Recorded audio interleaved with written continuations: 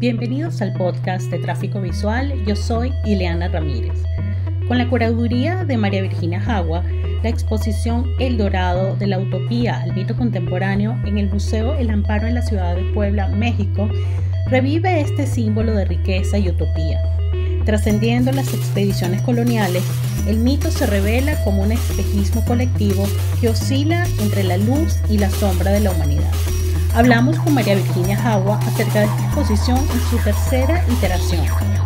Se plantean aspectos como la obsesión europea por el oro hasta su reinterpretación en el arte actual. Este episodio navega por la dualidad del dorado, cómo un sueño de abundancia se convierte en pesadilla. A través de 7 capítulos y 2 epílogos, la muestra entrelaza arte, alquimia, religión y poder, con obras de artistas mexicanos e internacionales que descubren las máscaras de este mito, un reflejo de nuestros anhelos y la codicia que nos persigue. Acompáñanos en esta conversación, donde el oro no es más que un espejo de lo que perseguimos y de lo que perdemos.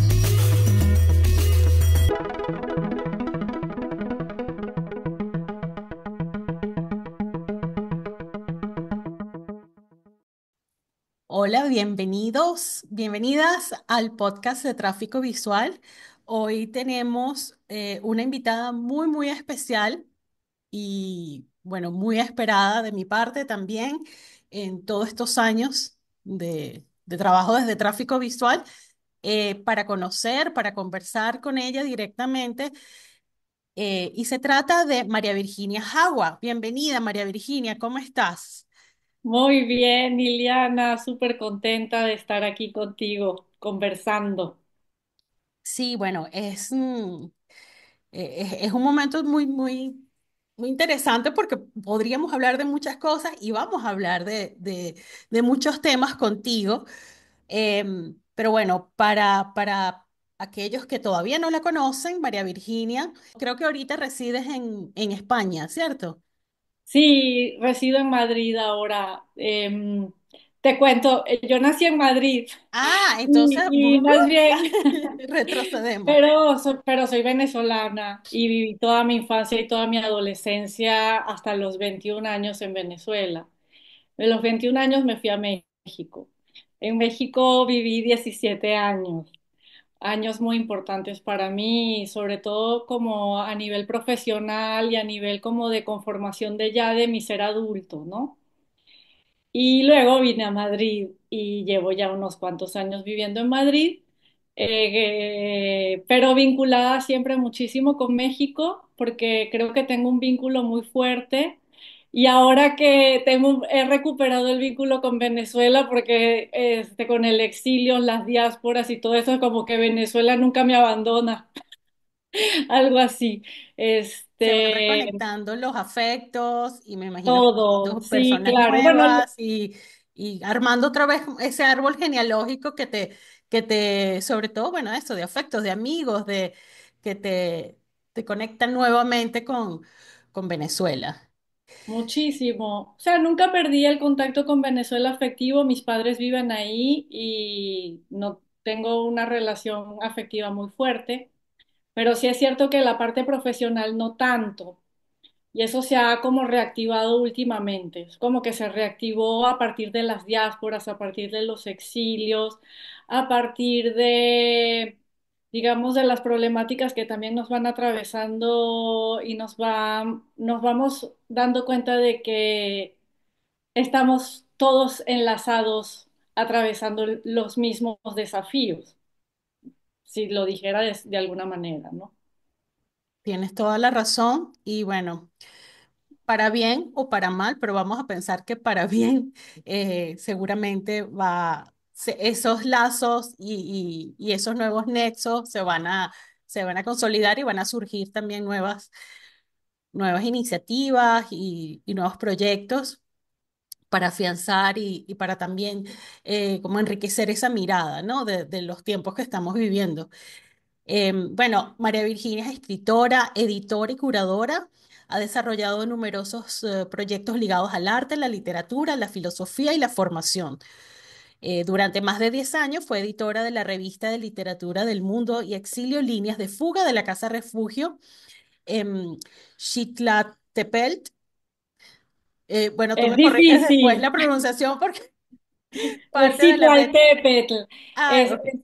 es Citlaltépetl, pero tú sabes, esas palabras náhuatl no son tan fáciles y ni siquiera yo sé si lo pronuncio bien, pero Citlaltépetl. Bueno, tienes un extenso currículum que voy a luego a- a pronunciar más tarde, pero bueno, has dirigido muchos proyectos editoriales. Recuerdo el más reciente, antes de Energía de la Creación, fue Campo de Relámpagos. Este, y con los ensayos fílmicos, bueno, también con esas cápsulas que nos enviabas para aprender a mirar, que también va un poco también con lo que fue todo el blog de Salón Critique y por supuesto las eras de la imagen. Y bueno, ahí también eres escritora, tienes una novela y tienes varias traducciones. Y no me quiero quedar allí porque hoy vinimos a hablar de algo muy interesante también y muy importante porque se trata de una exposición que está hasta ahora, hasta el 17 de marzo, en el Museo del Amparo, en Puebla. En México se llama El Dorado de la Utopía al Mito Contemporáneo. Inauguró el 5 de octubre del 2024 y ya, bueno, ya se acerca su clausura y estábamos muy ansiosos de tenerte porque eres la curadora de este proyecto, bueno, muy, de alguna forma ambicioso, ¿no? Es una iteración también, es la secuencia de otras dos exposiciones que viajaron también desde Buenos Aires, Nueva York, y ahora termina aquí. Pero creo que para cada exposición, para cada espacio, hubo un curador invitado. Entonces, bueno, tenemos el lujo de tenerte hoy aquí para que nos hables, para que nos cuentes de esta exposición, de este tema tan también que nos resulta familiar, nos resulta muy cercano en la historia de Latinoamérica y en la historia de todo lo que ha sido la relación de Europa con América Latina y bueno, con América en general. Em, pero cómo entender también esas distintas aproximaciones, ¿no? Y sobre todo desde el arte contemporáneo. Entonces, bueno, podemos comenzar por hablar de qué es el dorado de la utopía del mito contemporáneo y cómo estableciste este proyecto también curatorial, un poquito para comenzar a conversar. Claro que sí, Liana. Qué bueno que te interesa hablar de este tema y aprovechar el tiempo que todavía la exposición está visible, visitable en el Museo Amparo en Puebla. Y bueno, es como el dorado, ¿no? Es como asomarse a un tema súper amplio, súper complejo, fascinante y lleno de un montón de imaginarios y de fantasías y de también de tragedias, ¿no? Y de muchas cosas. Entonces, bueno, quizás estaría bien situar un poco el proyecto. El proyecto surge a raíz de unas conversaciones que se empiezan a generar en torno al tema del oro, en las que tres instituciones muy importantes se ponen de acuerdo y colaboran, que es America Society en Nueva York, Fundación Proa en Buenos Aires y el Museo Amparo en Puebla. Em, a raíz de ahí se empiezan a dar cuenta de que el tema es súper amplio y de que es un tema del cual hay muchísima reflexión, muchísimos temas, muchísimas aristas que se vinculan, ¿no? En relación con muchísimas cosas que nos interpelan en la contemporaneidad, en el momento presente. Entonces, a raíz de ahí se deciden hacer una expo. Luego se dan cuenta de que excede con mucho y que la realidad de una reflexión sobre el oro o sobre el dorado da para que cada institución haga su exposición. Entonces se deciden hacer tres exposiciones. La primera en Nueva York, la segunda en Buenos Aires y la tercera la que se realiza en México, digamos que es la que cierra de alguna manera el recorrido de las reflexiones en torno al tema desde el arte contemporáneo. Entonces, cada una tiene su particularidad, ¿no? Pienso que la exposición de Nueva York abordó más el tema del oro en sí mismo y cómo el oro está presente, cómo se hace, cómo esa materia se vuelve un elemento como de ambición o de incorporación en el arte. Lo digo muy resumidamente. Eh, en Argentina, en Buenos Aires, la exposición se amplía porque como tal no hay una relación tan directa, digamos, con el oro o con estas búsquedas, con estas aventuras y se abre hacia otras, hacia los dorados se abren hacia otros productos que también de alguna manera se podrían vincular o podrían simbolizar como una suerte de tesoros, ¿no? Relacionados con la conquista, la colonización y la explotación de los recursos en América. Y en el caso del Museo Amparo, que es el que conozco mejor porque es el que fue el que yo curé y fue para el que yo investigué y para el que trabajé y en el que se puede visitar la exposición, ya sea presencialmente, si alguien de algunos de los escuchas está en Puebla o en la Ciudad de México, o ya sea a través de los recorridos virtuales que están en la página del Museo Amparo.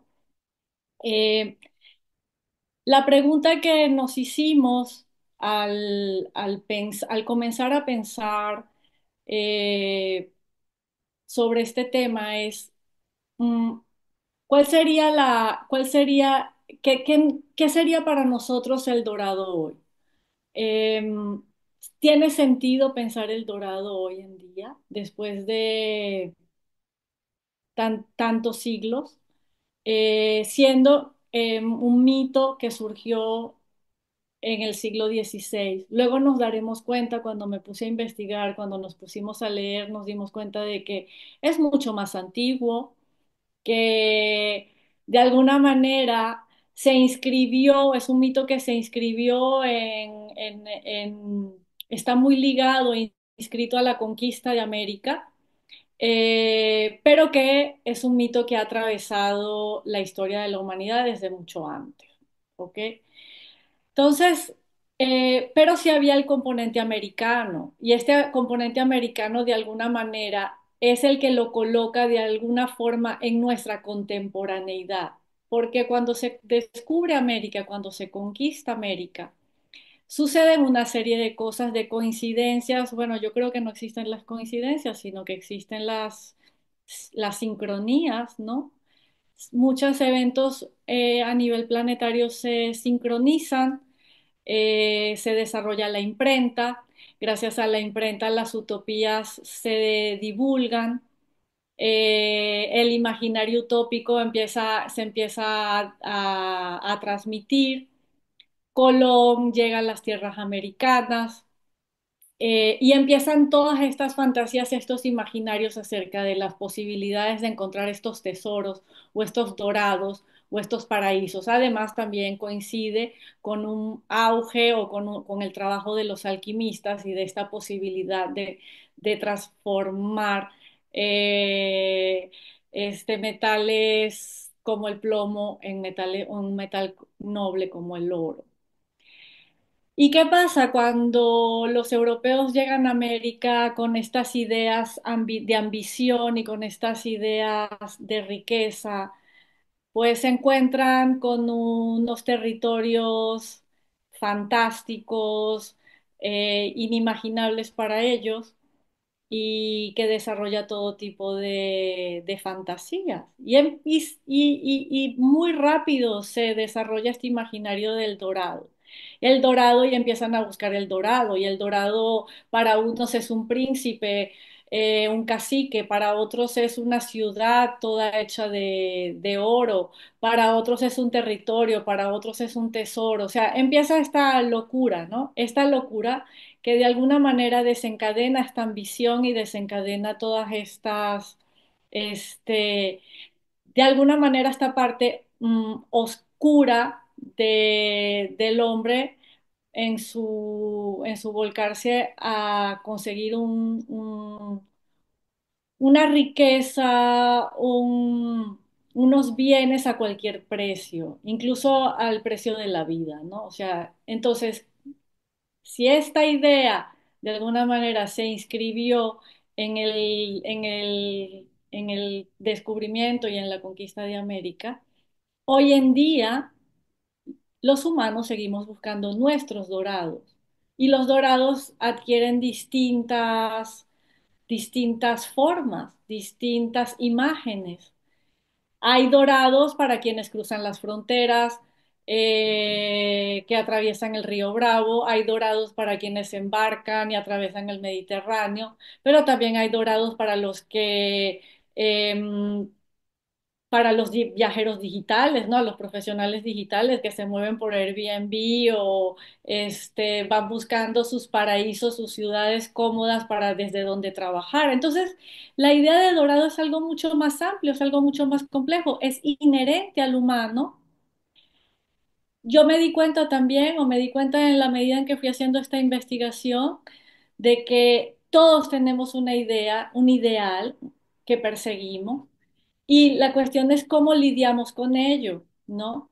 También tenemos que ser conscientes de que vivimos en un mundo dual, de que este mundo en el que vivimos, esta realidad es dual.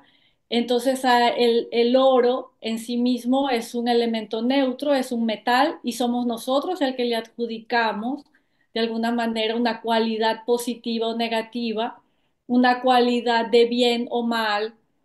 Es lo mismo que con el dinero y con todo. Somos nosotros los que vamos a calificar y vamos a proyectar aquellas cualidades que queremos asociar a ese elemento. Entonces, es la dualidad de alguna manera también está presente a lo largo de toda la exposición. Está presente la dualidad porque el oro en sí mismo, como te digo, es neutro, pero el oro está asociado a la divinidad, está asociado al sol, está asociado a la elevación del espíritu, pero también asimismo, como los lados de una moneda, tú no puedes separarla, la moneda tiene dos caras, tiene su parte oscura en la que también, así como hay la luz, hay la sombra, hay la parte oscura del ser humano que también sale en esa búsqueda, ¿no? En esa búsqueda de ese oro, de ese dorado, ¿no? Entonces, de alguna manera, como que la exposición está trabajada a partir de ahí, a partir de primero la confrontación de lo que podría ser el dorado para cada uno, para el espectador, por eso cuando empiezas, arrancas con el espejo y esa pieza de Jean Hodges, este espejo fragmentado, en el que también vemos esa pieza del terror, ¿no? Que es este Tibor de Talavera, en el que también se anuncia de que sí se puede distorsionar aquella imagen, ¿no? Se puede ir hacia, estamos siempre en esa tensión entre la luz y la oscuridad, ¿no? Y al final de cuentas el humano es el que elige. Tenemos la libertad, tenemos el libre albedrío para elegir qué lado queremos dar, qué lado queremos ver, qué vamos a proyectar en ello, ¿no? Entonces, digamos que eso es como el arranque. Y de hecho, en parte del texto curatorial hablas y dices que el dorado es un reflejo fragmentado de nuestra propia imagen, lo que has venido, bueno, mencionando. Y lo has repetido en algunas ocasiones cuando escribes de lo que esa dualidad, ese hecho dual del ser humano también, que es ese espejo o el espejo fragmentado, pero lo que es adentro, como dices tú, lo que es adentro es afuera y también está en nosotros, en nuestros valores, en nuestro imaginario, en nuestro, bueno, todo el bagaje que tengamos en nuestra condición como seres humanos de escoger y decidir también a qué le atribuimos esa importancia, esa relevancia y sobre todo, bueno, hablando de algo que ya para nosotros nos atraviesa porque es la historia, pero también como un simbolismo y que puede ser asumido desde otros lugares, que no necesariamente tiene que ser esta confrontación histórica o de la que que también estamos pasando por un momento muy delicado y de una fragilidad en cuanto a su interpretación, en cuanto a su uso, pero ese es otro tema, ¿no? De cómo, de para qué y cómo se interpreta. Pero justamente estabas ya mencionando algunas obras. Esta es una exposición de gran extensión por el número de artistas. Creo que estamos hablando de más de 30 artistas. Y,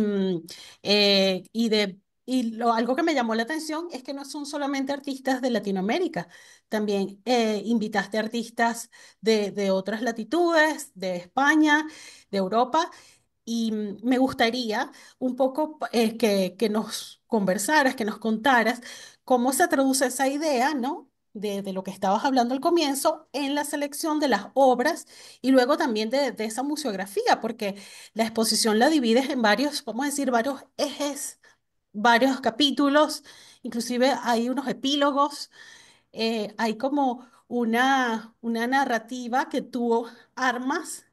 em, También creo que por tu condición de escritora, por tu condición de narrar una historia, este, pero más allá, ¿no? Como una meta historia a lo largo de todo esto. Pero hablemos un poco de eso, de los artistas, de la selección de las obras para ensamblar este proyecto. Claro, sí, bueno, tuve la suerte, la enormísima suerte, primero de contar con las colecciones del Museo Amparo, que el Museo Amparo tiene básicamente tres colecciones muy importantes. Primero tiene una colección de arte prehispánico, bastante maravillosa, hermosa, con piezas muy bellas y muy importantes. Tiene una colección de arte virreinal. México fue un virreinato muy importante durante la colonia y especialmente la ciudad de Puebla fue una ciudad muy importante, casi tan importante como la Ciudad de México.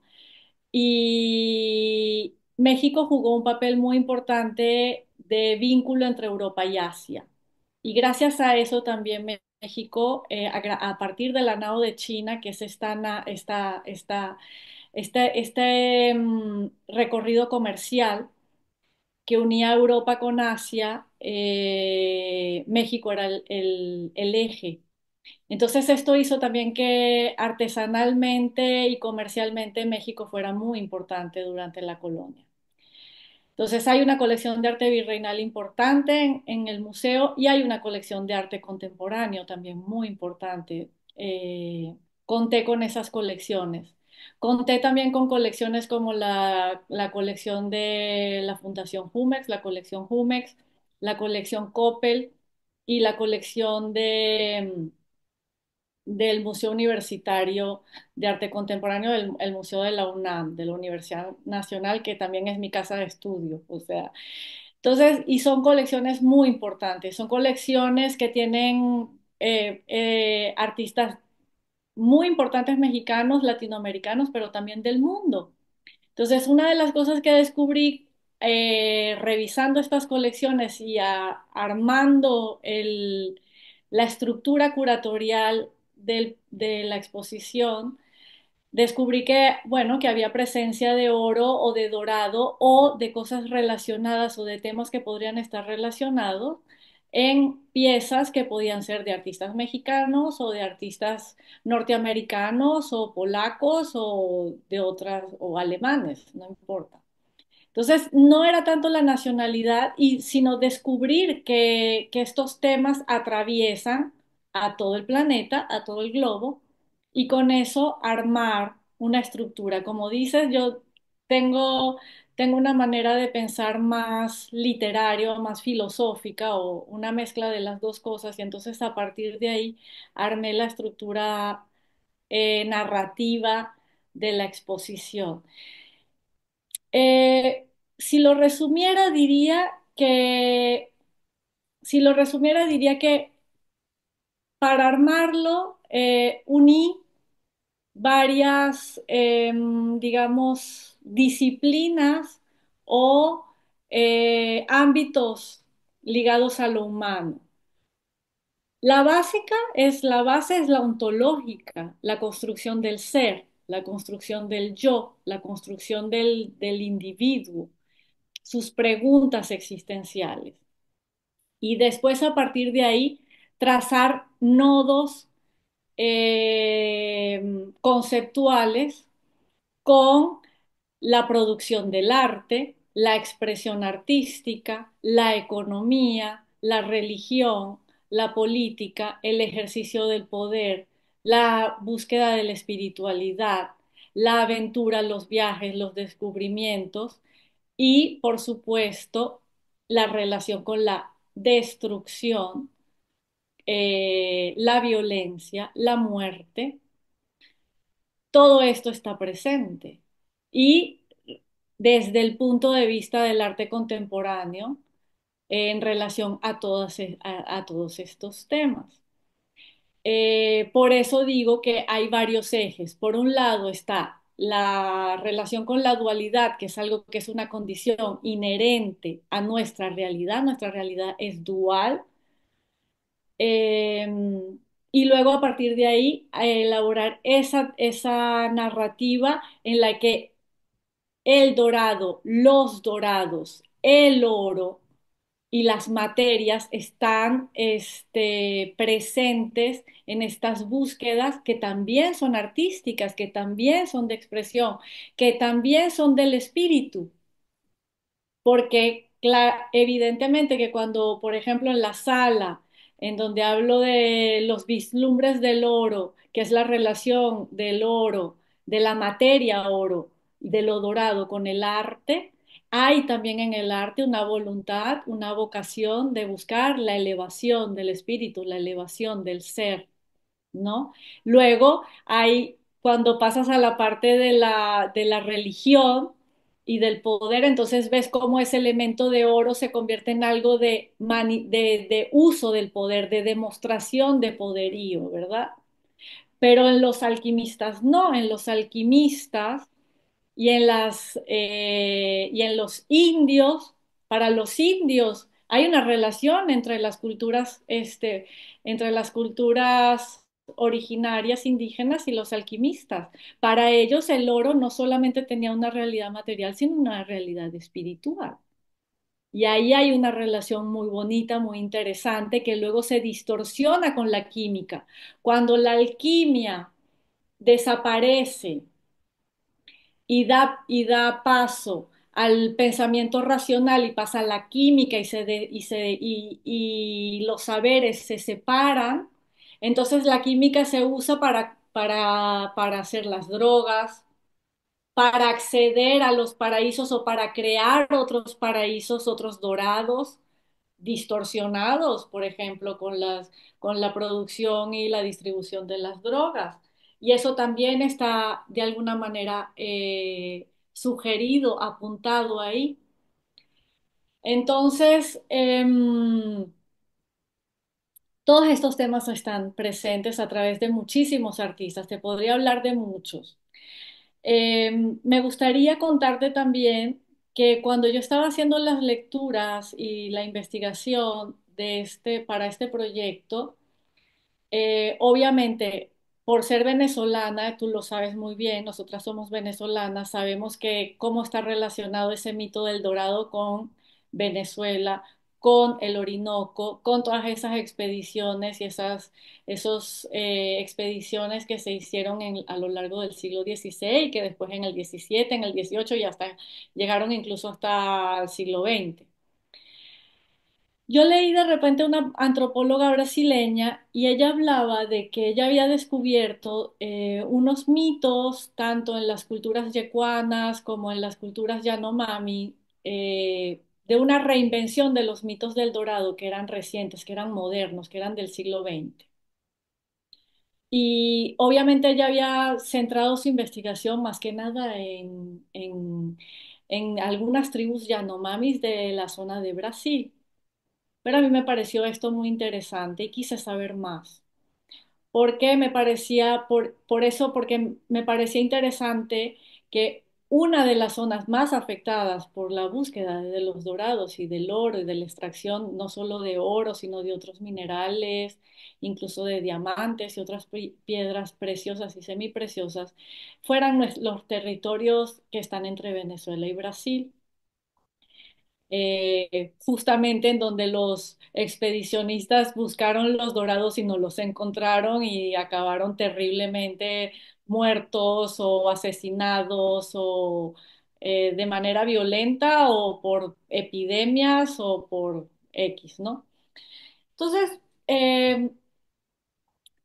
esto me pareció muy interesante y empecé a investigar y ahí es donde aparece la artista yecuana Dawa García. Ahí es donde ella aparece. Y esta, solamente hubo dos piezas, de toda la exposición hubo dos piezas comisionadas, que fue una parte de la negociación que hicimos con el museo, de que era necesario comisionar algunas piezas y se comisionaron solamente dos piezas. Una de ellas fue la de Dawa. Cuando dio la casualidad de que yo había estado en una muestra en París y había visto algunas cestas de Dawa en un contexto más que nada como de objeto hermoso, objeto decorativo y todo esto, pero me parecieron unas cestas muy bellas. Y hablé con una de las personas que trabaja con Dawa y le pregunté si sería posible preguntarle a ella si sabía o tenía conocimiento de este mito, algún tipo de información o si ella sabía algo de este mito contemporáneo, que en realidad son mitos que los indios han construido para defenderse de esta minería sin control, una minería descontrolada, destructiva completamente con el medio ambiente, con las comunidades, con la naturaleza. Y resulta que Dawa sí sabía de este mito y yo le pregunté si ella podía hacer un planteamiento de algún trabajo artístico desde su propio hacer, desde su tejido, y me dijo que sí. Y de ahí surge esa pieza. La pieza se llama El mito de Udu. El mito de Udu es el mito que cuenta la batalla por el oro, las batallas, las luchas, las violencias que este metal generó y cómo los dioses lo escondieron y la serpiente se convirtió en la entidad principal protectora. Pero no es solo la serpiente, también hay otras entidades, otros animales que son protectores del oro. Pero digamos que la serpiente es como la principal entidad protectora que castiga a aquellas personas que, que se dejan seducir por la ambición, que caen en ese lado oscuro de la ambición. Y entonces se los castiga con enfermedades. Y el mito nos habla precisamente de el equilibrio que debe haber en la naturaleza. El mito habla de mantener el equilibrio, plantea primero que se puede hacer un uso de los recursos, se puede sacar un poco de oro, pero si sacas oro, entonces no deberás matar animales. Eh, Siempre respetando el equilibrio de la naturaleza, siempre respetando la vida. Se puede, los bienes de la naturaleza están para el hombre, pero lo que no se debe es como exceder en la ambición, exceder, atentar, desequilibrar la naturaleza, ¿no? Porque para los indios yecuanas, como para los Yanomamis y para todos los seres que realmente entienden y están conectados con la tierra, entienden que hay un equilibrio muy delicado y que se debe preservar, se debe mantener. Entonces, esta pieza bellísima que hizo Dawa, que tejió Dawa, cuenta el mito a través de las cestas, está la serpiente como esta entidad. Es la primera vez que ella teje una serpiente así. Esta es una cesta, es una creación que no hace parte de la tradición de la cestería yecuana y en ese sentido ella es muy innovadora. Ella es un ser maravilloso en el sentido de es una creadora en sí misma. Ya no es solamente repite la, la tradición de la cestería, sino que ella inventa, crea a partir de eso. Entonces tenemos la serpiente.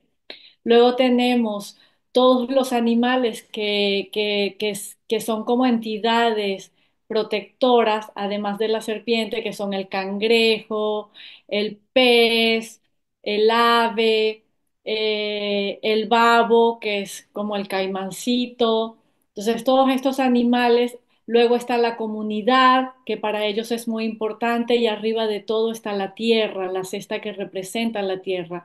La tierra es lo más elevado, es lo más sagrado, por eso está en lo más alto, ¿no? Em, Esta pieza es tan importante que es la que cierra la exposición. Por eso la exposición se llama De la utopía al mito contemporáneo. ¿Cuál es el mito contemporáneo? El mito yecuana, el mito de los indios, el mito de los seres que entienden y que sufren la distorsión de estas búsquedas de los dorados. Son ellas las principales víctimas. Todos somos víctimas porque al final de cuentas todos estamos enlazados a la tierra. Y su desequilibrio nos afecta a todos. Nos afecta a nivel físico, a nivel de salud, a nivel de comunidad, a nivel de paz, a nivel de crecimiento, en todos los niveles de la existencia, pero ellos son los primeros en recibirlo, porque ese es su hábitat, es su tierra, ¿no? Entonces, para mí era muy importante y creo que era la única manera que yo encontré de hablar y de alguna manera como poner el énfasis sobre lo que se tendría que decir sobre el dorado hoy. Por eso esa pieza es muy importante y por eso esa pieza cierra la exposición. Además es la voz de la mujer. Eh, Nuestro planeta es una entidad femenina. Nosotras estamos muy relacionadas y vinculadas con ella. Ella es una entidad femenina y tiene todos los atributos de la energía femenina. Entonces, esa sala en donde está la pieza de Dawa que cierra la exposición es una sala habitada por mujeres. Hay una pieza bellísima de la colección de arte prehispánico que es una serpiente de piedra verde, también de una cultura que se llama la cultura mezcala. Una cultura que estuvo en las zonas que actualmente ocupan los estados de Guerrero y curiosamente en el estado de Guerrero es donde se están haciendo también extracciones de oro recientes, porque históricamente México no fue un país productor de oro o donde hubiera minas de oro. México fue siempre conocido por sus minas de plata sobre todo. Pero actualmente hay minerías que están extrayendo oro de ahí y esa serpiente que hace parte de la colección del museo viene de esa región, de la tradición mezcala. Y hay otra pieza de una artista contemporánea mexicana que se llama Maya Godet, que se llama El rastro de la serpiente, su pieza. Entonces son puras serpientes, la serpiente del mito de Udu de Dawa, el rastro de la serpiente de Maya Godet, que precisamente habla de esto, habla de mujeres que se ven forzadas a hacer trabajo minero a lo largo de toda América y que ellas mismas, obligadas a esta actividad para sobrevivir, son conscientes de las consecuencias que esto trae para la salud y para el ecosistema. Entonces es una sala muy fuerte, es una sala de las mujeres, de las serpientes, y así cierra digamos, la exposición. Y a lo largo de la exposición, bueno, tú sabes, tiene varios capítulos desde el origen, los vislumbres del oro, luego la alquimia, luego tiene religión y poder, Luego tiene la luz y sombra de los viajes. Luego la parte de la violencia es, le puse el título de Los sueños de la razón engendran monstruos, aludiendo a eso, a ese grabado, a esos grabados de Goya. Y el regreso de la serpiente, que es este último capítulo. Y luego hay dos epílogos, como bien señalabas, ¿no? Está El Orinoco Nuevo Mundo, que es una película de un cineasta venezolano, eh, que para los venezolanos es conocida, pero fuera de Venezuela no es nada conocida, de Diego Rizquez. Y luego una pieza de un artista mexicano que habla también sobre que se llama Noé Martínez, el artista, y habla también como de la esclavitud, de la relación de la esclavitud en los indios, en los indios durante la colonia y los trabajos de colado de oro o en las plantaciones, ¿no? Y quizás también estaría bueno decirte que en la exposición utilicé obras de tres artistas venezolanos. O Ujú. sea, después de los mexicanos, creo que son los más representados, los venezolanos, por obvias razones. Está la pieza de Dawa, de la que ya hablé ampliamente. Está la película de Diego Rizquez, que me parecía importante también mostrarla. Eh, es una película en clave alegórica, quizás un poco naif, quizás un poco, eh, ¿cómo decir? Pues se hizo con pocos recursos económicos, es una película muda, pero cuenta muchas cosas y da una idea también de la construcción de este imaginario del Dorado y de todos estos mitos y todos los viajes y las aventuras que se hicieron a lo largo del Orinoco. Y luego, no dentro del ámbito estrictamente artístico, pero para mí un artista es el músico Paul Desen, compositor venezolano, eh, que tenía una obra que a mí me parecía brutal, que se llama Tumba para el Amazonas. Es una composición que él hizo para cello y la coloqué en sala junto a una pieza de un artista peruano que se llama Roberto Huarcaya. Roberto Huarcaya, encontré una pieza de él maravillosa, que es una fotografía de 30 metros de la selva Amazonas hecha durante la noche. Es una impresión directa sobre el papel, con un papel fotosensible. Entonces es la belleza de la selva, lo inabarcable de la selva. Imagínate una fotografía de 30 metros en una sala y el paisaje sonoro de la pieza de Paul Desen. Entonces es muy fuerte, es bellísimo esa parte de la exposición, ¿no? Te quería preguntar porque hubo una entrevista en un diario mexicano, en la revista Letras Libres. Es se las recomiendo, es bastante completa y sobre todo se tocan varios temas que estamos también navegando cuando se habla del Dorado, cuando se habla del arte indígena, cuando se habla de de toda esta simbología, pero también lo que representa en estos tiempos sobre los territorios y cómo no hay varios bordes muy sensibles, que está el tema que puede ser social, cultural y político, y también de cómo se puede exotizar, ¿no?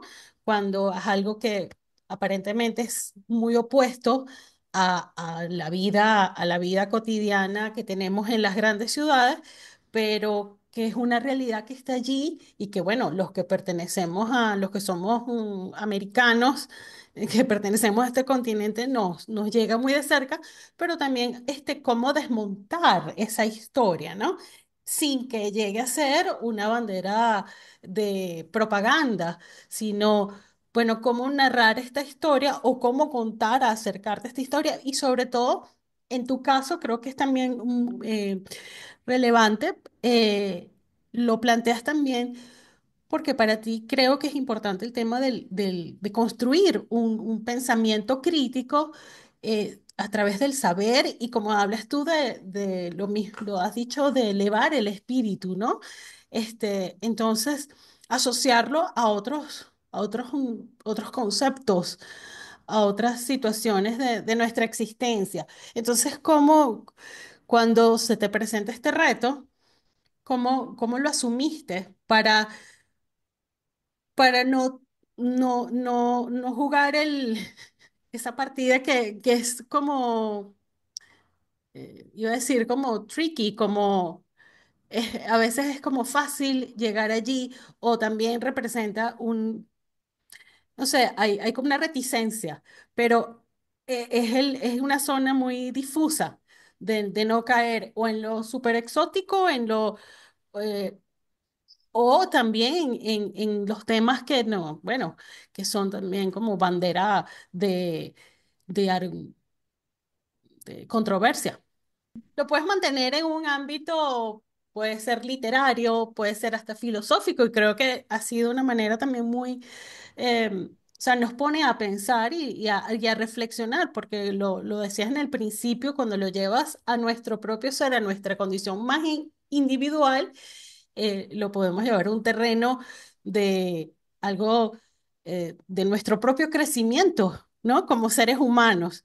Es como una representación, como una simbología, pero sabemos que también hay una realidad, hay situaciones que están ocurriendo, entonces en los artistas también hay un juego, ahí es complicado, es complejo para los artistas cuando abordan estos temas. En el caso, no sé, de Dagua o otros artistas que son indígenas o que pertenecen a estas comunidades que entienden, pero cuando ya lo haces de manera más cuestionadora, crítica, pero tú como en tu rol de curadora, esa Ya, curiosidad. yo lo que creo, obviamente solamente puedo abordarlo o darte desde mi punto de vista de mi experiencia, ¿ok? Em, yo parto de la idea primero, de construir me refiero a la exposición del Dorado, creo que seguimos en ese tema, ¿no? Sí, Con esta exposición, yo tenía que, de alguna manera, resolver o plantear negociaciones de distinto orden para distintas funciones o servicios. Y lo digo en el mejor sentido de la palabra. El primero era construir una reflexión necesaria, coherente, potente y hermosa, desafiante desde el arte contemporáneo sobre un tema, ¿ok? Que era el tema del dorado, el tema de la construcción de este mito. ¿Qué es este mito para nosotros hoy? ¿Y qué nos puede enseñar o qué nos puede descubrir pensar sobre eso hoy? Por otro lado, uno tiene que pensar en la institución, en el museo, dónde está, quién es ese museo, qué hace, qué plantea, cuál es su público. Luego los públicos, a quién va dirigido, quiénes son las personas que van a recibir eso. Yo pienso también en el receptor, quiénes lo van a recibir, cómo lo van a leer, qué herramientas le vamos a dar y también, por supuesto, en los artistas que van a aportar las obras, ya sean obras que estén ya hechas, esto es más fácil porque pues el artista ya ha hecho esa obra y ya está depositada, pero las obras, para mí las obras son seres vivos y están vivas en el sentido de cuando tú las pones y las colocas en relación con otras, ellas adquieren una nueva vida y adquieren unos nuevos colores, unas nuevas significaciones. Hay gente que piensa que el arte es algo muerto, que es un objeto, pero para mí no, para mí está vivo. Tiene ese objeto está radiado con una energía que es la energía del artista. Y así como los seres humanos, igual y de la misma manera en que un ser humano, cuando yo estoy contigo, voy a resonar de una forma y voy a decir unas cosas, y cuando estoy con otras personas voy a resonar de otra manera y voy a reflexionar sobre otras cosas y voy a hablar de otras cosas. Es igual con las obras de arte. Entonces, las obras de arte, según cómo tú las coloques, según cómo tú, con quién las acompañes, según cómo las trates, según cómo tal, van a decir y van a expresar una verdad distinta. Siempre es una verdad, pero adquirirá otras connotaciones. ¿Ok? Entonces, desde ahí yo trabajo desde ahí. Para mí las obras están vivas. Cuando tú escuchas la pieza de Paul Desen junto con la obra de Huarcaya, tú entiendes que la obra de Huarcaya por sí sola no necesita a nadie que la defienda, es una obra potentísima. La obra de Paul Desen tampoco necesita nada que la defienda, es una obra potentísima. Pero las dos juntas se convierten en algo mágico, en algo nuevo, en algo increíble. No te lo puedes imaginar. Entonces, eso para mí es la magia de construir una exposición. Ya las piezas en sí mismas tienen su potencia. ¿Ok?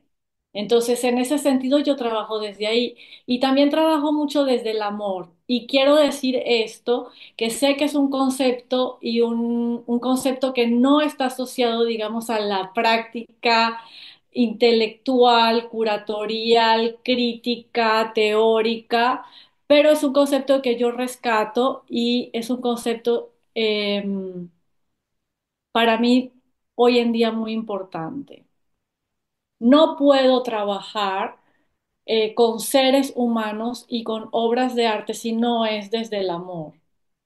Y cuando digo amor, quiere decir respeto, resonancia y el sentimiento de, del amor, de la amorosidad, de esa emoción, ¿no? Por la existencia del otro, por ese agradecimiento del existir y de dar, de querer entregarle lo mejor, de dar lo mejor. Entonces, desde ahí, creo que por eso la exposición también quedó como quedó. La exposición es hermosa, es potente.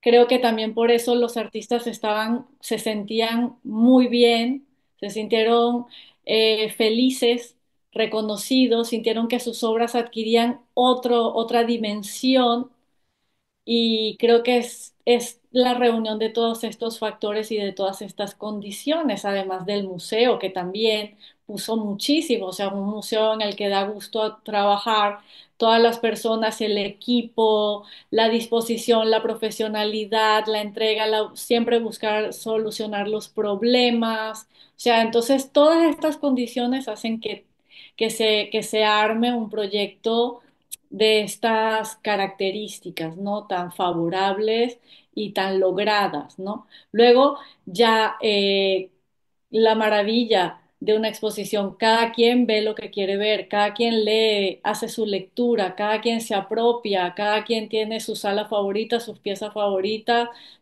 pone su énfasis, por eso ya es la mirada y la experiencia de cada persona que es única. Hablabas de, bueno, cuando las obras están en el espacio, tienen una energía, o sea, adquieren una relación con las otras. Y ahí es cuando hablamos, ya es como una autonomía, ¿no? De los objetos, de las propias obras y lo interesante que hay de la colección propia del museo, de otras colecciones, y cómo se incorporan y cómo empiezan a crear es un diálogo visual, energético, hay una, un- una, una conexión entre lo contemporáneo, entre lo antiguo, entre bueno, lo que nos precede y algo más allá, lo que dices tú, lo que puede resonar entre nosotros. ¿Hay alguna de estas obras que resultó un desafío o que para ti fue una gran sorpresa? De lo que ya habías en tu previa investigación y ya cuando llega a la sala y en ese proceso de montaje. Bueno, Para mí las dos piezas que de alguna manera plantearon el mayor riesgo fueron las dos piezas que se produjeron. La de Dagua, de la que ya hablé, Ujú, y la pieza de Oscar Gardea, que son Las Máscaras. Es un artista mexicano del norte de México, de Ciudad Juárez. Y no es un artista muy conocido, no, nadie lo conocía y a mí me parecía que era súper interesante. Yo había visto trabajo de él en unos espacios así como muy outside, muy fuera del mundo artístico y fue una apuesta. En los dos casos fueron apuestas muy grandes, tanto en la pieza de Dagua como en la pieza de Oscar Gardea. Pero yo nunca hubiera asumido ese riesgo si yo internamente, íntimamente no hubiera sabido de que ellos iban a hacer algo que excediera mis expectativas. Y en eso el museo yo estoy súper contenta porque confiaron plenamente, me dieron esa confianza y las máscaras de Oscar, que son máscaras hechas con material de desecho encontrados en basureros, en lo que llaman tiraderos, en estas zonas en donde se desdibuja todo, que están en las afueras de ciudades que son de paso, que están arrasadas por la violencia, por el narcotráfico, por el tránsito de personas y él construye estas máscaras rescatando tradiciones antiguas, tradiciones muy antiguas de comunidades del norte de México, de Sonora, que son culturas mascareras que usan la máscara hechas con cosas de animales y él aprende esta tradición mascarera y la aplica, digamos, en una suerte de práctica de arte povera, si se puede utilizar esta expresión, y hace estos monstruos, estas máscaras que de alguna manera son como los rostros vacíos de esta ambición o de estas corporaciones o de estas empresas que llevan a cabo los despojos, la extracción, la violencia y desencadenan toda esta destrucción en torno de la búsqueda de la riqueza a cualquier precio. Pues para mí eso fue lo más desafiante. Lo más desafiante porque era como, bueno, ¿cómo lo van a resolver? ¿Cómo va a quedar?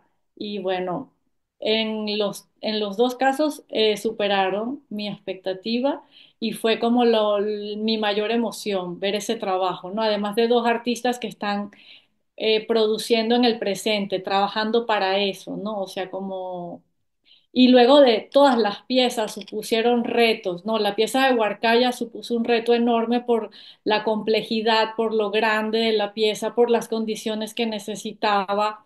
La pieza de Alfredo Yar también, este, pero yo todas las piezas las vi bellísimas, o sea, el tronco de la huehuete cubierto de oro del maestro Sergio Hernández, yo casi me muero, es una pieza que pesa 100 kilos y que va a pared. O sea, que tú dices, ¿cómo pega 100 kilos? O sea, de un árbol tan importante y tan imponente como es el ahuehuete cubierto de oro, o la pieza de Matthias Goeritz, que es una belleza, o la esfera de James Lee Bayard, que es perfecta, ¿no? O sea, todas para mí supusieron un reto, primero el reto de recibir ese regalo enorme de decir, puedo trabajar con esto, tengo una responsabilidad, tenemos una responsabilidad de encontrar su lugar perfecto, de que esté en las mejores condiciones y que tenga todo el sentido en una construcción cultural compleja como puede ser una exposición. pensando que el dorado, bueno, y muy importante lo que decías y necesario de los correlatos, ¿no? Alrededor del planteamiento de tu exposición y creo que, bueno, lo describiste de una manera eh, muy completa y dice también mucho de ti, o sea, es algo que creo ojalá pudiera estar en la muestra y a partir de las lecturas de tus textos se refleja, ahí hay un reflejo de tu trabajo, ¿no? Como curadora y cómo has ido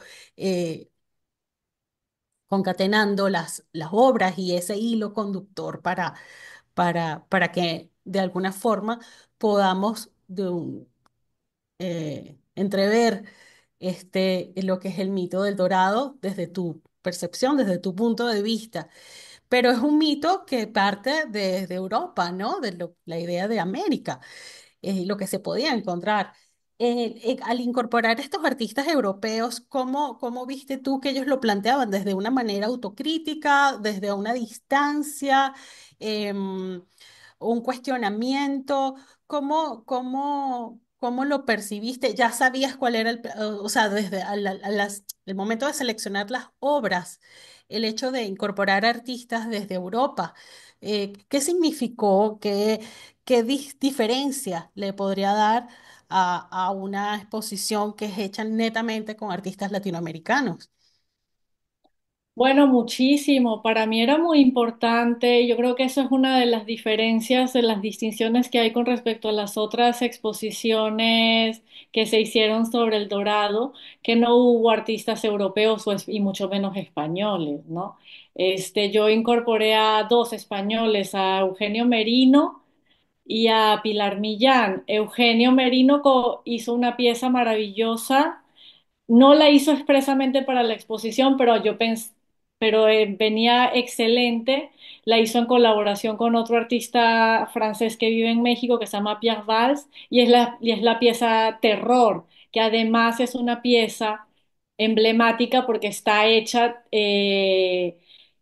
con la técnica de una artesanía mexicana que es netamente poblana, que es la Talavera de Puebla.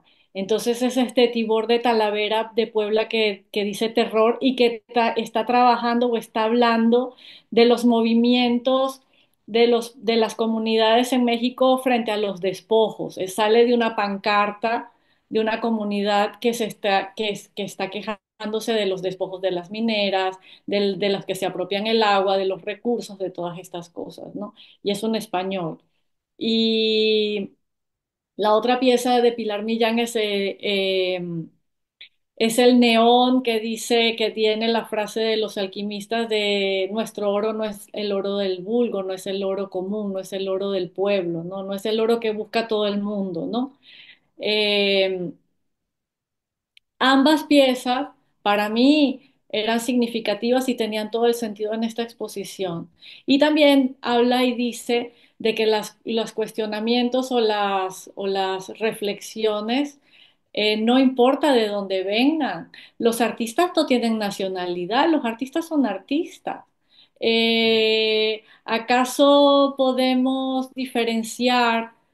Bueno, estamos acostumbrados a que nos obligan a definirnos con una identidad y a tener una nacionalidad y un pasaporte, y eso es algo que nos limita. Somos habitantes del mundo, y todos, o sea, cada día estoy más convencida de que todos hacemos parte de lo mismo, de que nuestras diferencias no son tantas y que, bueno, está bien, son españoles. ¿Y acaso los españoles no tienen mucho que decir en la construcción de este mito? Y si son críticos con respecto a él, o la postura que tengan, pues es válida. A mí me ha venido bien en la construcción de este relato. Y me parece que son artistas que están pensando también desde su lugar identitario, desde su lugar histórico, desde su amplitud de mente, están pensando en estas cosas. Entonces, viene bien. Pero también había una artista polaca y bueno, y americanos, norteamericanos. Bueno, en fin, no importa. Lo importante es que estén pensando y y me parece también importante porque hay una cuestión como yo como he vivido en Venezuela, he vivido en México, he vivido en España, estoy atravesada por estas tres naciones, ¿no? Ujú. Encuentro que, por ejemplo, muchísimas veces cuando se habla de arte latinoamericano, o se excluye de entrada a España. Es como hay una exclusión, pero nosotros estamos más cerca de España que España del resto de Europa. O sea, es como nada que ver. O sea, la cercanía es muchísimo, es enorme. Es que somos lo mismo. Yo no sé en dónde, en qué momento nos separamos o en qué momento nos consideramos tan distantes. O sea, mm, pensamos igual, tenemos los mismos defectos y las mismas virtudes, tenemos los mismos tics, los mismos, o sea, estamos mucho más cerca de lo que pensamos. Ahora, nos han querido también, de alguna manera, convencer de que somos algo separado.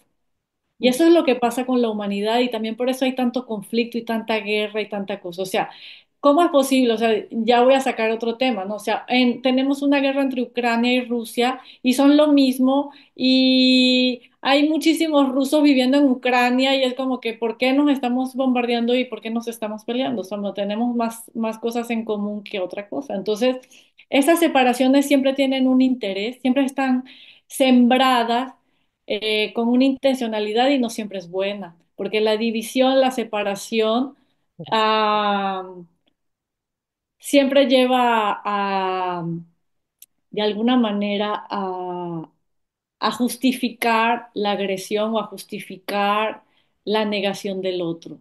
Y cada día estamos viendo más cuestiones que tienen que ver con la polarización y hoy esta mañana escribí sobre eso, seguro que sí me leíste. Sí. Exacto, entonces es como que viene muy bien, ¿no? Yo, por ejemplo, Y el funcionamiento, bueno, ya te fuiste a un lugar mucho más eh, más científico, ¿no? De cómo pensamos, pero también cómo eso va más allá de nuestras conductas y cómo puede impactar la humanidad. Este, Claro, pero por eso, para mí era muy importante que hubiera también una visión europea y sobre todo española, porque no les podemos negar su lugar también, me parece a mí. Bueno, por lo menos desde mi postura, ¿no? O sea, hay gente que piensa que hay que hablar del arte latinoamericano y para ellos eso es un tema. Pues perfecto, trátelo así, hable del arte latinoamericano. Yo no pienso en esos términos. bueno, hacerlo también hay que contar también otra parte de la historia y hay que traer todas las voces. Sobre todo, bueno, ya en otras generaciones y de forma, bueno, más reflexiva. Bueno, ya estamos por terminar, pero eso me hace también recordar en algunas cosas que leí en una charla que diste, bueno, digital, sobre la hospitalidad, ¿no? Este, en un fragmento decía lo que le dijo Derrida a Levinas, decía, abordar al otro en el discurso es recibir al otro más allá de la capacidad del yo. Y creo que se trata justamente de esto, es un ejercicio constante para cada ser humano, para nosotros en nuestras vidas, y cómo eso puede, bueno, ya de otra forma llegar en otra escala, en otra dimensión, hasta los discursos históricos, hasta los momentos que vamos viviendo en distintas eras de la humanidad. Entonces, yo creo que este trabajo curatorial y tu propuesta nos sirve, viene muy bien para hacer ese ejercicio, para pensarnos y para seguir construyendo. Y la ventaja y la fortuna a través de la belleza y del impacto y de lo que significan estas obras, cada una en su propio valor y en su significado. Sí, totalmente. Bueno, yo creo que una de las cosas, quizás de las cosas más bellas o de las enseñanzas, de los aprendizajes o de la mayor sabiduría que yo saco, que yo extraigo de la filosofía, es precisamente de esa parte de la ética, de toda la reflexión a partir de Manuel Levinas, Derrida y Jean-Luc Nancy sobre acoger al otro y las implicaciones que esto tiene, las leyes de la hospitalidad. ¿no? Creo que también, aparte de por mi condición, de estar siempre, siempre sentirme en otro sitio, ¿no? Siempre sentirme en un lugar, pero nunca me sentí más en fuera del lugar que cuando viví en Venezuela, curiosamente. Pero me pasa en todas partes, ¿no? Es como sentirme extranjera, sentirme siempre como de alguna manera exiliada. Em,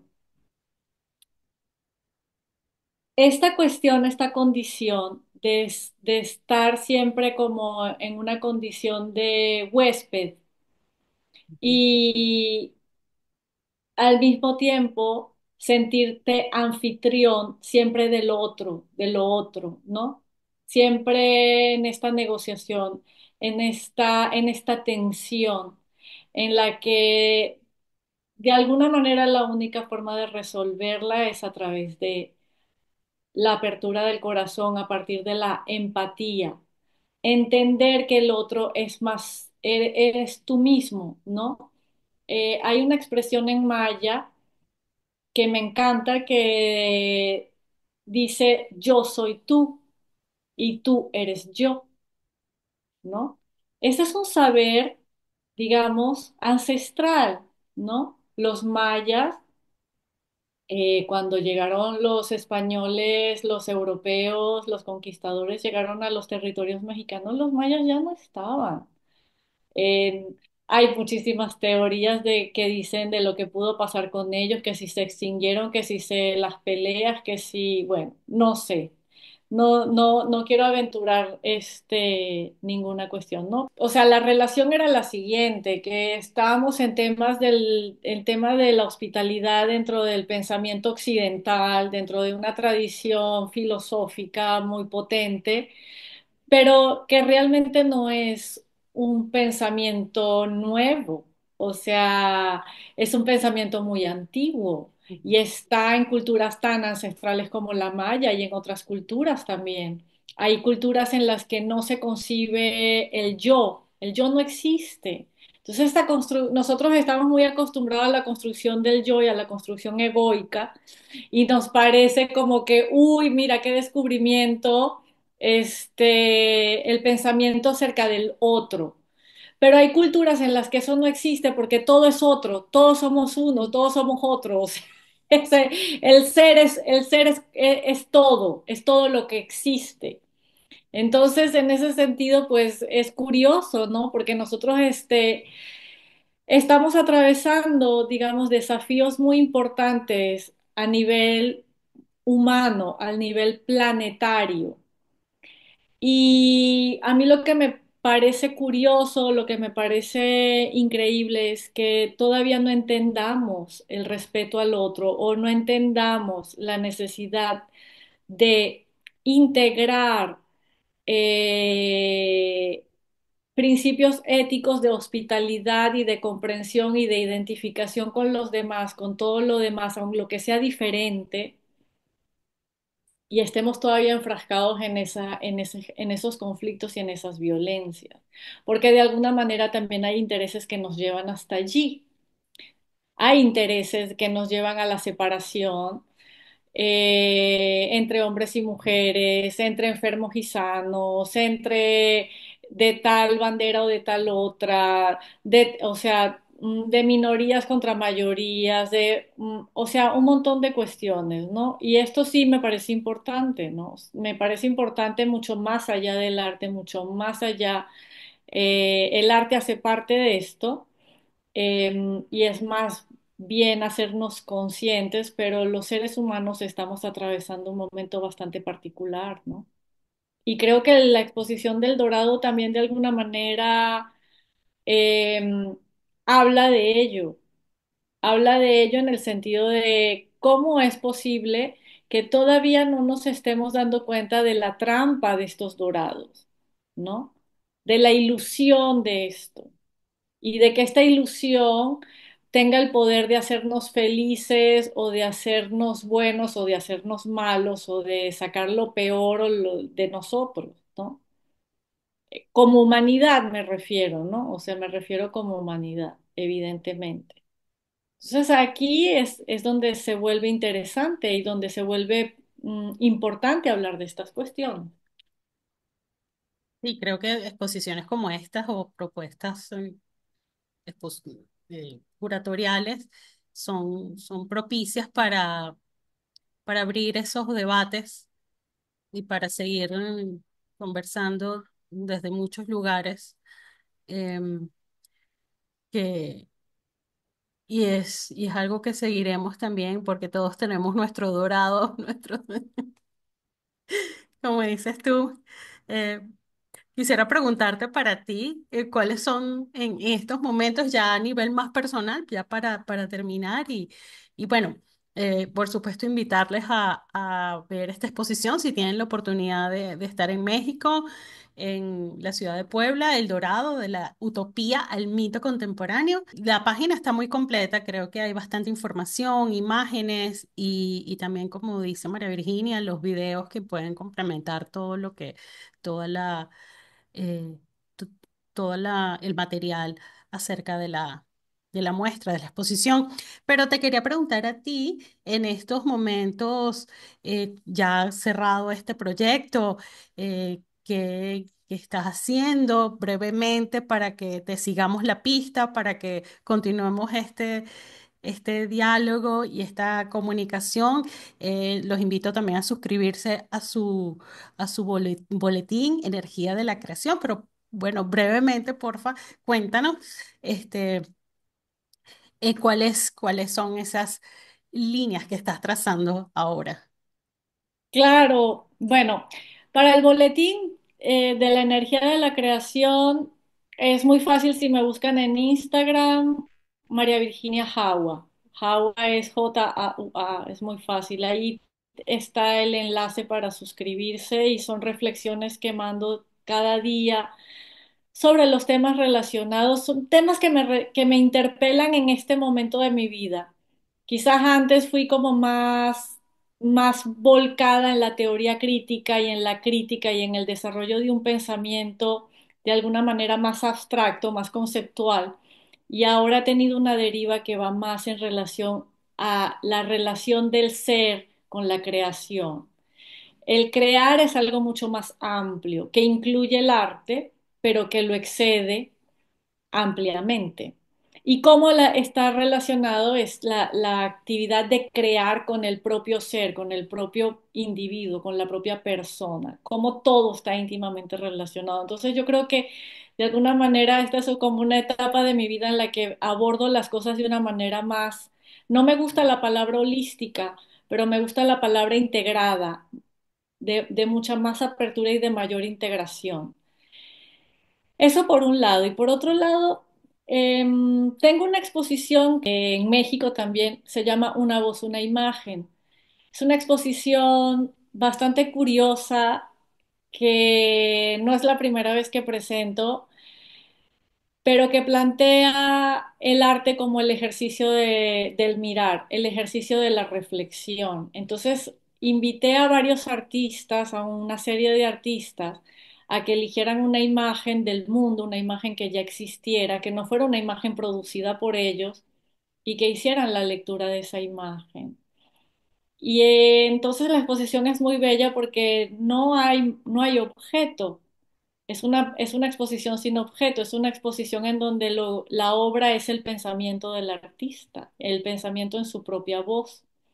Es muy hermosa, es muy potente. Es también creo que una exposición muy necesaria en estos tiempos en el que estamos tan sobrepasados por las imágenes, que no hay tiempo para detenerse a leer lo que esas imágenes dicen, lo que esas imágenes no dicen, lo que las imágenes ocultan o lo que las imágenes quieren hacerte creer. La imagen siempre es interesada. No hay imagen ingenua, no hay una imagen que sea desinteresada, vamos a decir. Entonces, por eso esta exposición es muy buena y estoy súper contenta de llevarla a México. Y bueno, eso es como lo más inmediato. En el Centro Cultural de España en México. Es un espacio bellísimo que está justo en un sitio muy potente atrás de la Catedral de México, en el pleno Zócalo, en pleno... Y es un sitio, pues imagínate todas las capas históricas que hay ahí, no dejan de encontrar cosas. De hecho, ese es un edificio del siglo XVI, un edificio del siglo XVI, o sea, de las construcciones más antiguas de la época española, y han encontrado juegos de pelota debajo y muchísimas cosas, o sea, porque está en pleno centro de Tenochtitlán, o sea, es como el corazón del imperio azteca. Entonces va a ser buenísimo. Y muy contenta. Es una exposición que yo hice aquí en España en la que invité a muchísimos artistas españoles de distintas regiones, pero también invité a artistas que residen en España. Hay venezolanos, hay argentinos, hay australianos, eh, y ahora va a haber mexicanos también. Bueno, entonces América te sigue llamando. Claro. Aquí Yo te... no, yo no puedo romper mi relación con América, estoy atravesada por América. Eh, Además, lo que pienso es que, como te digo, no, para mí no existen las fronteras. Las fronteras son una invención, son una creación de la mente. La mente siempre separa, la mente separa, divide, juzga. Todo es creación cerebral. De las fronteras en la naturaleza no existe. El planeta no está dividido, esa construcción de países. Pero además es que sí tengo una relación genética, histórica, vivencial con América. Soy venezolana, he vivido, es el país que más he vivido, es México, y amo profundamente tanto México como Venezuela, y sí, es una felicidad volver. Compartimos esa felicidad, esa emoción y de mi parte también, de verdad que ha sido un gusto, un placer conversar contigo porque creo que al leerte uno se reconoce, aprende mucho, pero eso, a reconocerse y como dices tú, a tratar de vencer esas líneas que nos dividen a nivel Sí. en la humanidad, en todo ámbito. Y bueno, algo que nos toca mucho a ti y a mí es la parte de la creación, del arte. Entonces, es un No, proceso. muchísimas gracias, Ileana, por la invitación, muchísimas gracias por el espacio, muchísimas gracias por tus preguntas. Creo que, creo que la mejor manera de despedirnos es diciendo hasta la próxima, porque tenemos muchísimas cosas que conversar, porque creo que lo que estás haciendo es muy importante. Establecer estos diálogos y abrir estos espacios de intercambio son cada día más necesarios. Es muy importante abrir los diálogos, abrir la hospitalidad de la palabra. Entonces, lo que haces para mí es muy valioso y yo te lo agradezco Gracias, gracias, muchísimo. wow. Qué palabras me llenan mucho porque, bueno, y gracias a la tecnología que nos acompaña y mejora, podemos hacer este tipo de contactos y de conversaciones porque esa es la idea y me gusta tener distintos puntos de vista, distintas apreciaciones sobre los que son temas muy recurrentes. Eh, pero yo creo que en esa amplitud de pensamiento, es que podemos lograr ese libre albedrío, ¿no? Que tú hablabas al comienzo, y esa libertad de no, de vencer el pensamiento único, de como desenredar también algunos arquetipos que nos han impuesto en la historia sobre cómo debemos pensar y cómo debemos asumirnos ante ciertas circunstancias. Entonces, no es fácil, no es sencillo, eh, por muchos motivos, pero creo que se puede lograr y el arte nos permite hacer eso, aunque sea para conversar y conectarnos un rato, para hablar del mito, del dorado. Y, Y bueno, nada, muchas gracias, María Virginia. No me quiero extender, pero espero pronto, como dices tú, hasta una próxima oportunidad para seguir conversando. Creo que hay mucho que tenemos que redescubrir y creo que vienen buenas conversaciones más adelante. Claro que sí. Esta es la primera de muchas. Espero que sí. Y gracias de verdad. Éxito en la próxima exposición y todo lo que estás haciendo. Muchas gracias. Felicidades. También para ti un enorme abrazo y hasta muy pronto. Así es. Beso. Chao. Beso. Gracias María Virginia Jagua por la entrevista. Recuerden que la exposición El Dorado de la Utopía al Mito Contemporáneo en el Museo del Amparo estará abierta al público hasta el 19 de mayo. Recuerden que pueden suscribirse a nuestro canal en la plataforma de su preferencia. Si te gustó este programa, te invito a compartirlo en las redes sociales con la etiqueta Tráfico Visual Podcast. No olviden visitar nuestro sitio web tráficovisual.com. Hasta pronto.